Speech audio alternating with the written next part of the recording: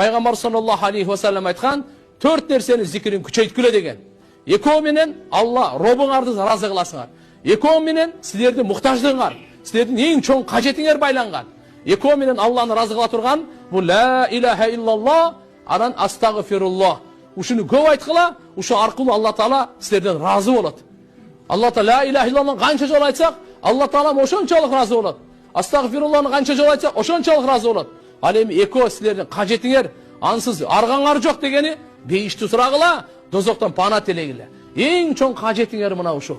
Түбөлүктү бейіштен орын алу, түбөлүктү дозоқтан сақтану, біздің ең чоң қажетіміз ушу. Бұл дүниедегі жегеніміз, ішкеніміз, ұқтағанымыз, тұрғанымыз, бұл дүниедегі қажет ахиреттің алдында қажет емес.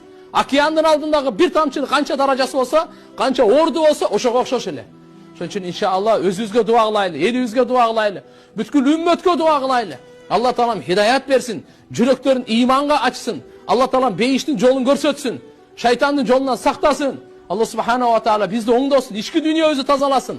Мунафыктыктан, жек көрүүдөн, көрө албастык, текеберлик, ач көздүк деген нерсенин бардыгынан жүрөктү тазалаган Алла Тааладан дуа кылайлы. Дуалар кабыл боло турган. Сөзсүз ар бир мусулман эркектин, аялдын Рамазан айда кайтарымсыз сөз бир дуасы кабыл болот.